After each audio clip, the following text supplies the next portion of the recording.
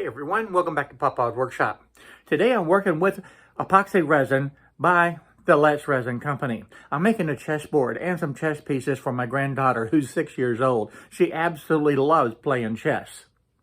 And I also have a couple of new products that I'm going to be looking at by the Resin company. The first item that they sent me was this silicone mat. Now this is a heavy duty and quite frankly a very thick mat that's perfect for mixing the resins. The nice thing about this is that when you get finished, the resin dries, it just peels right off. The second item is this very thin silicone mat. And the first thing that I noticed when I open it up, it does not want to lay completely flat.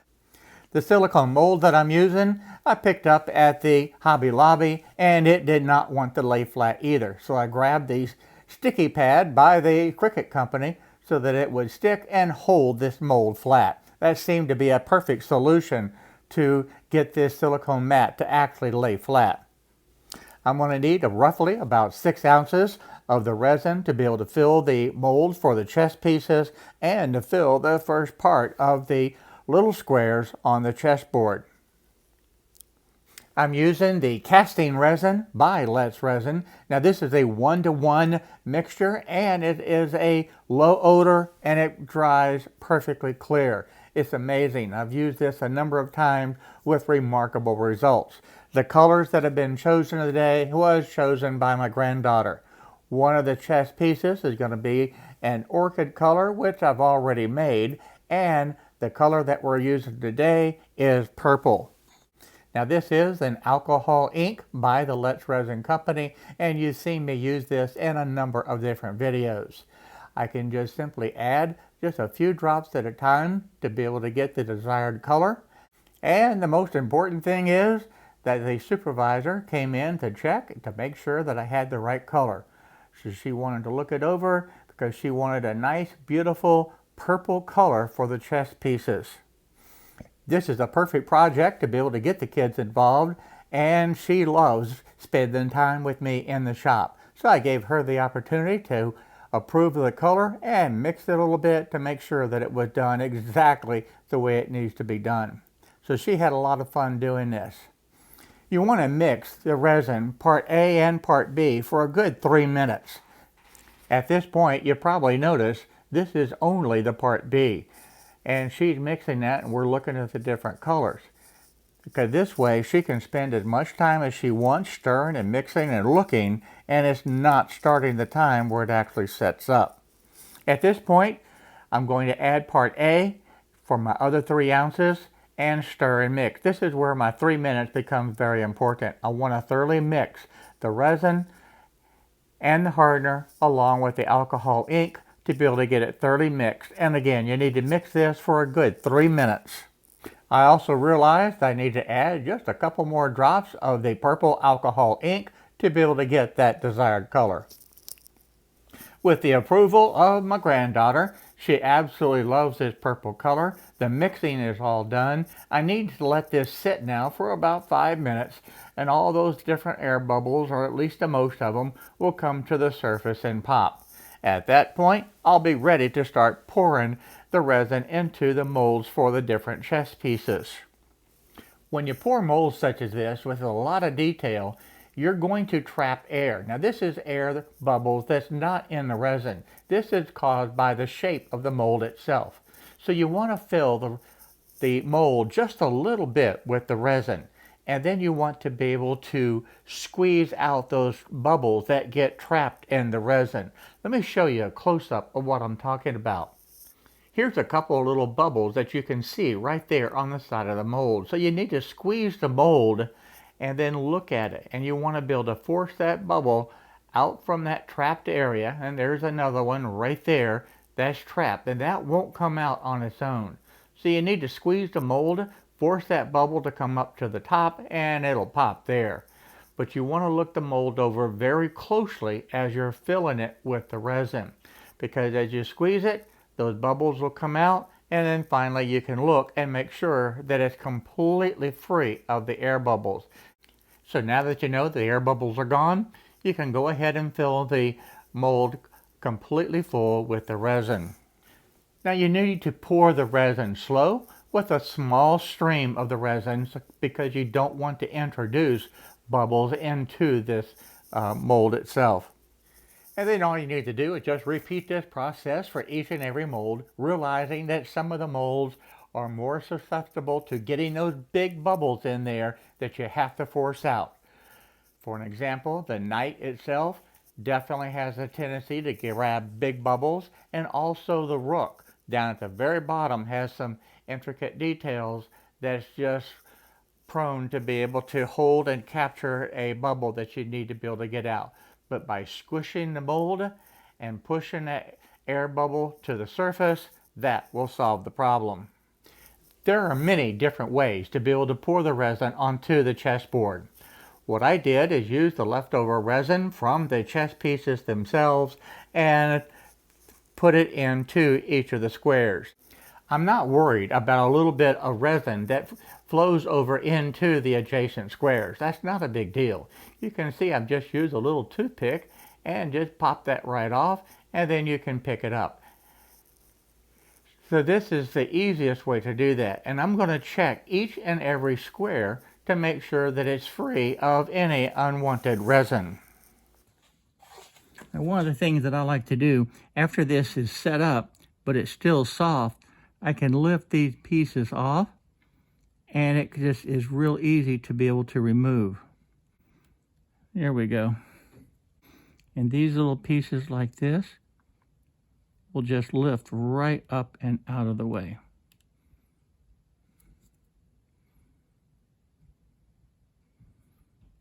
Might need a pair of tweezers. I want to show you just a couple more examples. This is where the resin actually overflowed into that pocket, and you can see how easy it is just to be able to pull it out of the way, and then I can just stick it with the toothpick and get it out of the way. Here's another area that I wanted to show you where it just barely overfilled, and you can see the toothpick just pops it loose, and that little pocket now will be clear and free of the unwanted resin. It's the next day, and it's time to take the chess pieces out of the mold, and that's just the easy part. You just really pull it off, and the detail is amazing. Now this is the pawn, but you can see that it's completely bubble free and it does not have any defects at all. And that is a testament of the importance of being able to squeeze these molds and get all of those little air bubbles out of the way. Now if you look at the queen, the same thing. There is absolutely no flaws whatsoever. The next piece that I want to take and demold is one of the bishops. Now it has a tendency to catch an air pocket right at the very top, and that would cause a problem. So let's see how we did. So if we look at it, yeah, this bishop is absolutely perfect. There was no air bubble that was trapped in the top of this at all. It looks fantastic. A quick look at the king, and again, at the very top with the little cross, it is perfect. And that's what you want to be able to do. So it's worth taking your time to be able to make sure that you get all of those different air bubbles out of the mold when you're pouring the resin. And most important, my granddaughter loves the color. Now as far as the cleanup, this is very easy to be able to clean up. These little pieces of the resin just literally pop off. So this is going to be a good item in the shop to be able to do it. I just wish that it would lay flat and it would be even better. But I must say it's far better than using a trash bag that just has to get thrown away after each use. Now I must say I like this mat actually better because it does lay flat. If you do have a spillage, it has a tendency to go down into the bottom, and you still have a flat surface to be able to work. As far as the silicone mold, it's just as easy to clean up. These little pieces just pop right off. Okay, back to the chessboard itself. I want to show you one other tip that actually helps to get these little small pieces of unwanted resin off. And all I'm doing is just using a little piece of the blue painter's tape, and with those little pieces loose, the painter's tape picks them right up. So this is a great way, and yeah, you don't need the tweezers. The tape does the work for you. If you have a little piece that's still stuck, grab the toothpick again and you can just pop it loose and then use the painter's tape to be able to pick it up. And if we take a look at the painter's tape itself, you can see quite a bit of material that had been picked up off of this mold. One final inspection to make sure that all of those little pieces are gone. It looks absolutely fantastic, and we're ready now to pour the second color into all of these different squares. Two of the chess pieces that I said had the potential for the bubbles that would be trapped is the rook, and right there at the very top, and you can see there are no flaws. And the other chess piece is the knight. Right there by the mouth of the horse itself will have a tendency to have a big air bubble, and you can see this is flawless. So please remember, squeeze those molds, get those air bubbles out, and you'll have a flawless pour. With the approval of my granddaughter, we picked out the Orchid alcohol ink to make this second pour, and I think these colors look absolutely fantastic together. Good choice for a 6-year-old choosing these colors. I have one more new product to show you. It is the white epoxy resin. That's right, it's already pre-mixed with the color. You don't need to add any of the pigment. Of course, it's high gloss, bubble free, self-leveling, low odor, and heat and impact resistance. We're going to use that to be able to fill the back of the chessboard. To be able to get the actual quantity of the resin that I need, I'm going to take the depth, which is just over about 1/4 of an inch, and I know that it's going to be the 10.5 inches by 10.5 inches, so it's easy to be able to calculate exactly how much resin that I need. It's at this point things are going to take a little bit of a turn. I'm going to mix up more of the white resin that I need because I'm actually doing 2 projects. You also see I have 3 small cups filled with the white resin. Well, I'm going to add some blue micro powder in the resin, and I'm also going to use some ruby red. Now this is going to be mixed into this white resin as I pour along the back. Now the white small cup is going to be used for another project that I have that's just off camera. I'll show you that in just a moment. With my 2 colors, the ruby red and the blue, all mixed up, and yes, you can mix the different micro powders into this white resin, I'm going to take my large cup and fill the bulk of this silicone mold to fill the entire back surface, because I want to use the blue and the red just as an accent color. Now I'll take some of the blue and just pour it, just little small thin lines, because this epoxy is going to spread out. It's also going to have a tendency to sink and blend into the white. I'll do this over the entire surface, and then I'm going to do the same exact thing with the ruby red. Now this is the fun part, because you never know exactly what you're going to get. These colors are going to spread out and blend together, and it's going to create all types of different effects. You can also take a popsicle stick and help move this around. By using this technique, you can create the look of marble using the epoxy. So the possibility is really limited by your creativity and imagination. Now I think this is looking really good, but you can also take it and do one thing further. You can add a heat gun to help move this epoxy around should you desire to.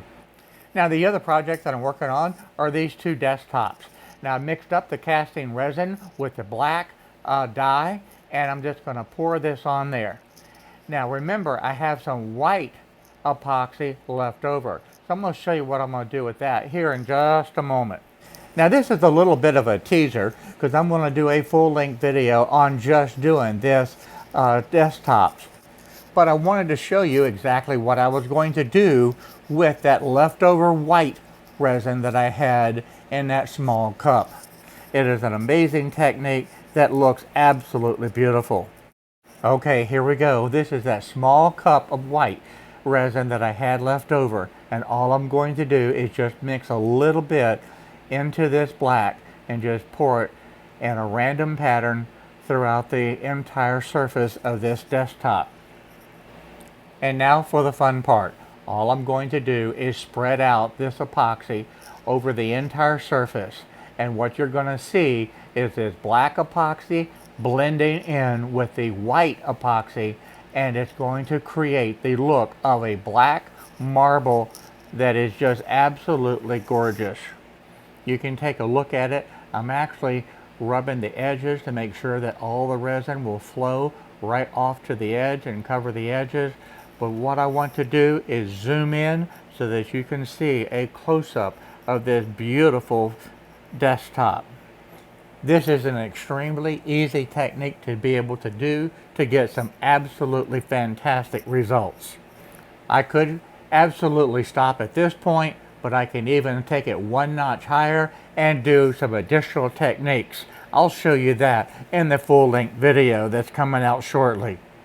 But I did want to show you the completed look of these desktops using the black and the white resin to be able to create a beautiful black marble look. To me, this is absolutely fantastic, and in the full-length video, I'll show you step by step exactly how I achieved this type of result. So as no resin would go to waste, I used the leftover blue and the ruby red to pour these pen blanks. I just mixed the two colors and poured it into my pen blank. So this should make an excellent pen. Now it's been about 45 minutes and the resin is starting to thicken up. And that's a perfect time to be able to come back and add just a little bit of veins in here, especially through this area. And make them really pretty through here. Same thing with this. You just want to play and have a little fun with it. Down here needs a little bit. And do the same thing. Come in, spread it out.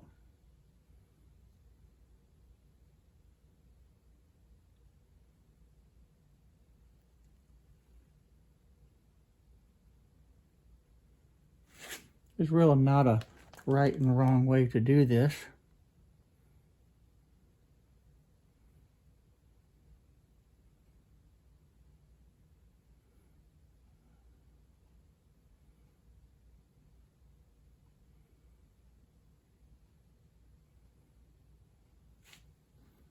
I need some right in the center.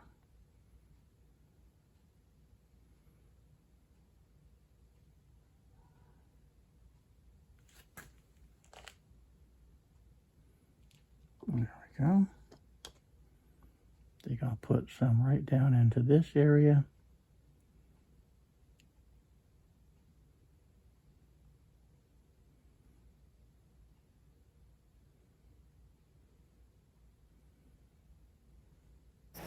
I think added this made a big difference. So I think we're going to call this good. We're going to let this dry, and tomorrow we'll demold this, and my granddaughter will be ready to play chess on her brand new board and with her brand new chess pieces.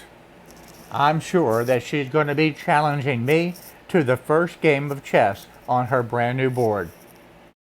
Well, the best thing about it is my granddaughter absolutely loves her new chess board, and we're ready to play the first game. Now, if you enjoyed this video and you learned a few little things, I hope that I have earned your subscription. I have tons of people that are new viewers that look at my channel but are not subscribing. So I hope that you take the opportunity, subscribe to the channel, give me a thumbs up, and I look forward to seeing each and every one of you in the very next video that I do. And that is going to be finishing up and showing you exactly how I did that desktop. So until next time, guys, I'll see you real soon. But I have to go play a game of chess with my granddaughter, and she'll probably beat me.